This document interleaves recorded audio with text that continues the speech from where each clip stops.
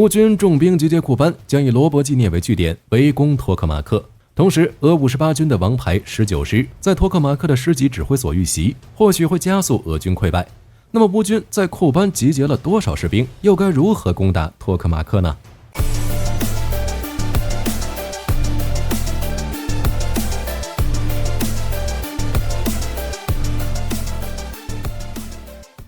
罗伯基涅之战最终以乌军胜利结束，双方投入超10万兵力。乌克兰方面大约投入4万到4万8千人，包括第47机械化旅、第65机械化旅、第82空中突击旅、斯卡拉营等等。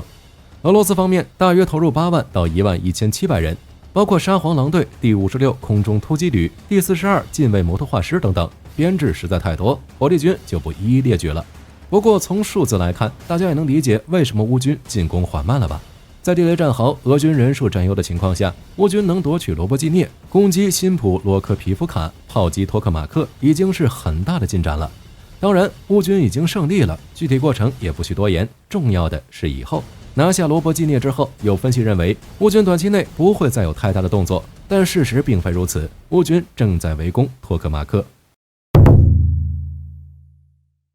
最近，俄军侦察无人机拍摄到大量乌军装甲车和坦克正在从扎波罗热北方向库班地区集结。也有消息称，从第聂伯罗彼得洛夫斯克市郊，数百列火车装满武器向扎波罗热前线挺进，其中大多数已经抵达战区前线。同时，有大约6万乌军正在库班方向进行全面动员。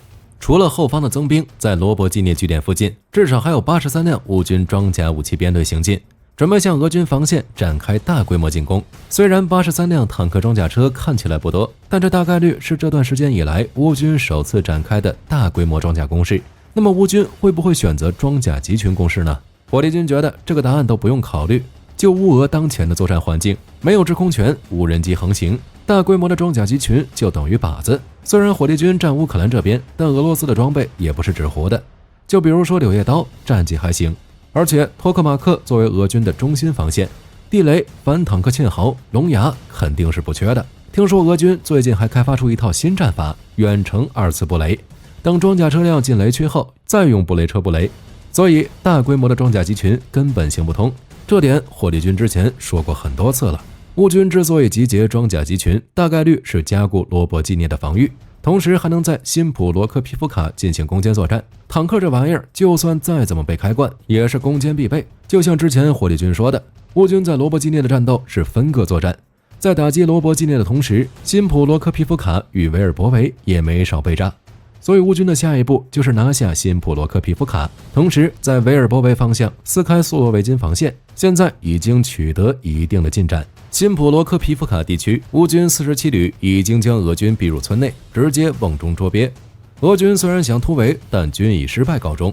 乌军甚至使用 JDAM 命中俄军村内的指挥部，同时乌军还占领了辛普罗科皮夫卡以东一座169米高的山头，从这里可以直接炮击托克马克，甚至可以到达第3条苏罗维金线。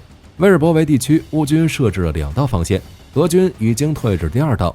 目前乌军在西北部进攻，空中侦察与炮兵配合，攻击防线后方的基础设施。至于托克马克，乌军距离这个战略要地已经很近了，解放也就是时间问题。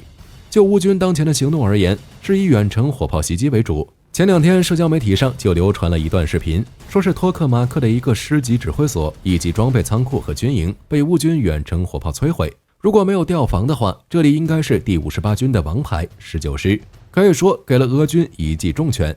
托克马克是距离前线最近的城镇，前线指挥部的失调使俄军形势更加恶化，从而加快乌军的反攻进度。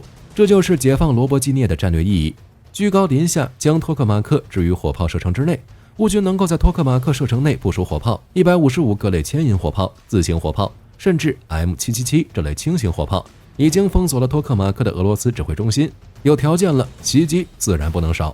8月26日，托克马克、美丽托波尔以及马里乌波尔均发生爆炸，乌军距离托克马克只有10几公里，全天进行至少3次炮击。俄军指挥部、弹药库、后勤补给一个都不放过。所以就当前局势而言，托克马克已经进入争夺新高度。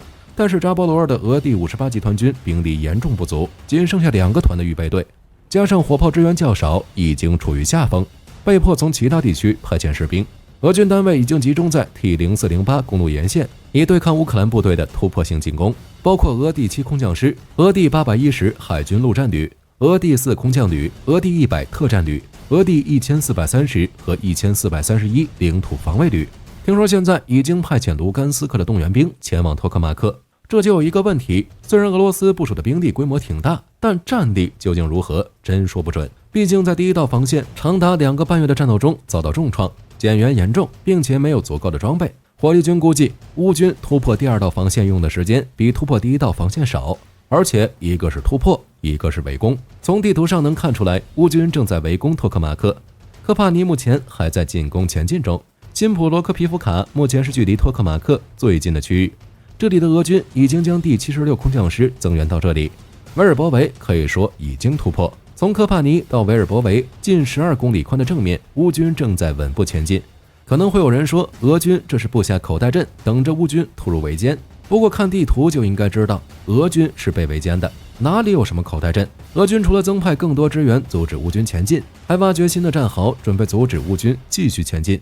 在火炮射程，在集束弹药的打击下，俄军很难有所作为。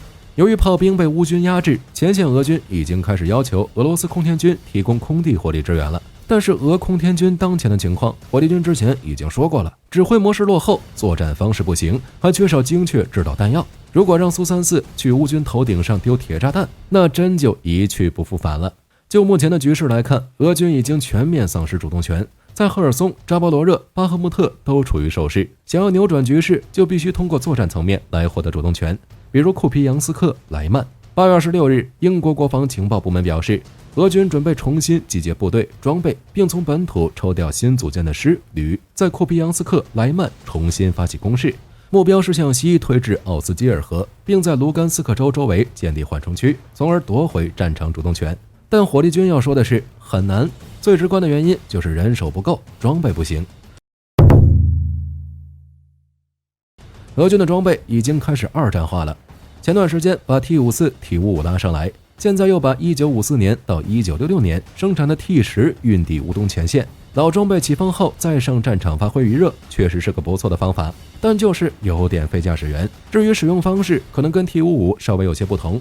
在俄军的定位里， T55 不是坦克，而是自行火炮，装备的单位也是在炮兵营。从坦克营要来一些坦克驾驶员，战斗室里的车长、炮手和装填手都是从炮兵部队调来的。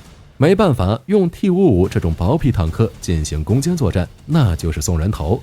在炮兵营还稍微能发挥一点作用。至于人手不够，这是个老问题了。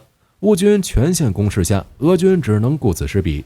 而且在8月25日的时候，乌克兰国防情报局布达诺夫就表示，俄军并未暂停动员，而是以电子形式发送传票，并在考虑额外征兵45万人的可能性。去年秋天，俄罗斯征召大约35万人，但秘密动员一直在继续。目前每个月大约有2万人被征召。从这点也能看出来俄军的真实损失。如果事实真如俄军所说，损失可以忽略不计，这个数字就不会出现。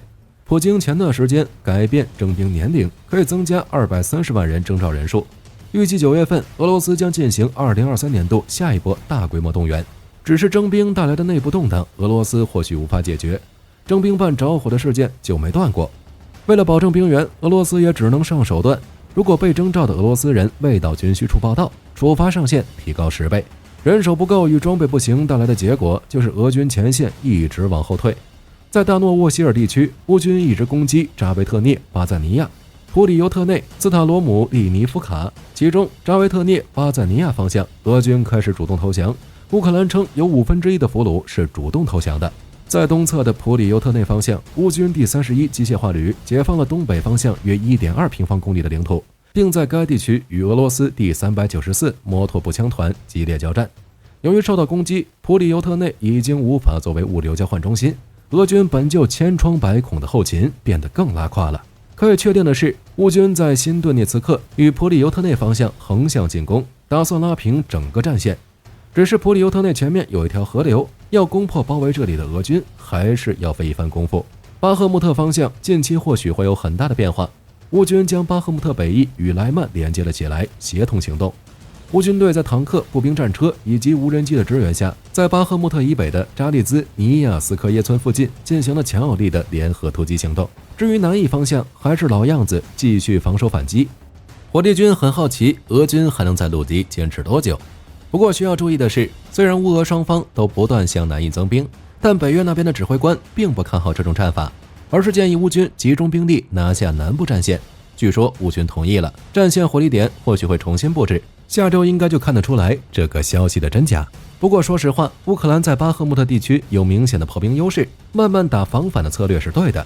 对于乌军而言，几百公里的战线上一城一池的得失不算什么，消耗俄军的有生力量才是症结。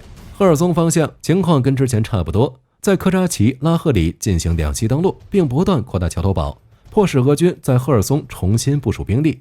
虽然没什么用就是了。乌军这几天又灭掉了一个俄军破坏小队，使用无人机毁掉了俄军的 Bram L 装甲救援车、榴弹炮 D20 和通古斯防空导弹系统。由于支援赫尔松，俄军在扎波罗热前线的防御被大大削弱，这就是一个恶性循环。在兵力不足的情况下，俄军或许会被迫放弃一方。最有意思的还是克里米亚，火力军能吹1个月。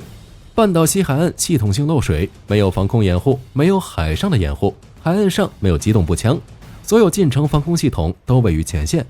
乌克兰特种部队和海军配合，顺利在西部的塔尔汉库特角马雅克弄掉了雷达发射器，还把乌克兰国旗插了上去。临走毁掉了俄罗斯的4艘船，灭掉了30个俄罗斯守军。可以预见的是，这只是一个开始。乌军接下来会继续加大对克里米亚的袭击，直至彻底解放领土。乌俄战争以克里米亚开始，自然也要以克里米亚结束。好了，这期视频到这就结束了。各位觉得乌军什么时候能够突破托克马克？可以在视频下方留言。如果视频内容有不对的地方，也可以在下方指正。我是火力军，下期见。